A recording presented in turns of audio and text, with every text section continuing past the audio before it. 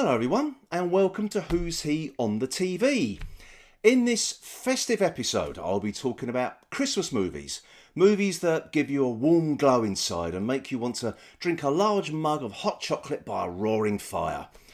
Well, I could talk about movies that provide you with that fuzzy feeling inside, but no. I'm going to delve into the realm of Christmas movies made for TV, and in particular, American TV. Made-for-TV Christmas movies is its own cottage industry in America. I mean, it's bloody endless. It's like a string of tinsel-laden sausages endlessly churning out of the gaping backsides of movie executives from companies such as Hallmark and Real One Entertainment. And it's a phenomenon that's made its way over to British television, particularly on satellite and Freeview movie channels, which rename themselves to Christmas 24 and Great Christmas over the period of goodwill to all. But really their period of goodwill usually begins in August, when this season of films actually begins on television. Now, you might think that as it's Christmas, they would occasionally air some of the Christmas classics. You know, Scrooge, A Muppet's Christmas Carol, It's a Wonderful Life, or Die Hard. Excuse me. What? Sorry, Die Hard isn't a Christmas film. Oh, there's always one, isn't there? Fuck off! Anyway, to begin with, these TV movies originally starred some famous names, such as Ernest Borgnine or William Devane, for example. But as time went on and the speed at which the films are being turned out, the well of actors appeared to dry up. So people who were waiting tables in Hollywood, it seemed, were drafted into star. And they also appeared in multiple films of this calibre, so you see a lot of the same faces appearing again and again. Every other film, you will see such actors, like Plantagenet Twank, Bumble Tight Trousers, Terry Ballbag, Eleanor Ballballs, Shonk Tits, and Billy Shitehawk. I may have changed the actors' names to protect what's left of their dignity there. But the thing that stands out the most is that some of these earlier films at least attempted to do something original with the plot for each film. For example, we had A Grandpa for Christmas, in which a kid gets an elderly man to call his own. The Christmas Bunny, in which a floppy-eared menace shits fairy lights and cheers up the local miserable bastard. And The Christmas Shoes, in which a woman wears a pair of slimbacks to look beautiful for Jesus. But the one thing these films have in common is schmaltz. Yes, these saccharine celluloid monstrosities are designed to pull at your heartstrings in a way only American TV movies can. Except for me, of course, as my heart is made of granite that's been deep fried in molten Kevlar. But this sickly sweet Christmas fare just keeps being made. And now it's just become so lazy, if you watch these films back to back, you would swear it was the same film. They all have exactly the same plot and characters, which I will divulge to you now. Firstly, the main character is usually a woman with a busy career, always with an important deadline she has to meet right before Christmas Eve. And they always have a boyfriend or a fiancé that is a complete arsehole and sleazebag, who usually proposes on Christmas Eve, which leads our heroine to begin some soul searching.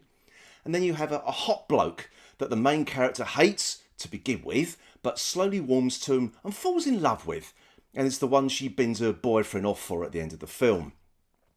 Then there is the hard-nosed boss, who will always phone up the lead character, when there is a phone signal of course, to throw a spanner in the works at the most inopportune moments, usually to do with that important deadline.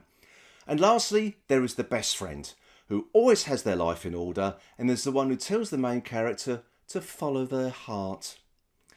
Now, the location. Mainly, it's a snowbound town that is straight off the front of a Christmas card, which the lead character is usually either stranded in or sent there to by their hard-nosed boss. And of course, the lead character hates the country shithole she's stuck in or sent to, as she's a city gal. Occasionally, a film will be set in a major city, but as it's usually Los Angeles, where they usually film them, seeing these poor bastards walking around in jumpers and scarves at the height of a heatwave with fake snow on the ground loses points on that lovely Christmas feeling. And there is always a Christmas tradition that the main character's family maintains for generations that she hates because she's all about business and has no time for Christmas. Or she nearly fucks up a town's Christmas tradition because she's all about business and hates Christmas. But the British Isles are not exempt from this celluloid smear in the underpants of movie making. Oh no, because every now and again they will set a film in Ireland or the Scottish Highlands. Our all-American heroine will end up being sent to an Irish fishing village where she will fall in love with a local floppy-haired hunk who is keeping his wealth a secret, or sent to a Scottish castle where she will fall in love with a laird's son who introduces her to the pleasures of deer stalking. And of course it's America's version of what Ireland and the Scottish Highlands looks like. It's straight off the front of a chocolate box or a tin of shortbread. And the soundtrack is also extremely stereotypical as well. If the film is set in Ireland, the soundtrack is all fiddles and tin whistles. If the film is set in Scotland, the soundtrack is all bagpipes. And naturally, all the Irish or Scottish characters can play said instruments expertly, even though they haven't played the accordion since I was a wee bairn. But, of course, everything turns out okay in the end. She dumps her slimy wanker of a fiancé, gets the guy, and meets her oh so important business deadline. But this is nothing to do with Christmas. The festive period is merely a plot device to show nice pure white America that you can have it all. Not once in any of these films does the lead character make any kind of sacrifice to be happy. The story is really about being successful and never losing, which from my British point of view is a very American theme. All the films make me want to vomit. It's an overload of beautiful white people with perfect teeth and hair, living in amazing houses and towns and cities that have never known any hardship. Now obviously there's an audience for this stuff, otherwise they wouldn't get made year after year. But why the hell do I watch them? Well, to be honest, I don't. And you're probably thinking right now, how do I have such a wide knowledge of them? Well, it's down to my wife. She can't wait for these films to appear on television, and as they are shown daily, more or less back to back, my wife is never happier watching these festive romance movies. And that's what they really are. Romance movies of the Mills and Boon variety. So occasionally I will look up at the TV and see this never-ending parade of perfect people wading through fake snow in what is quite clearly the summer. But perversely, the arrival of these films on our TV has become something of a Christmas tradition in our house. When they start to fill up the TV schedules, it means, well, Christmas is on its way.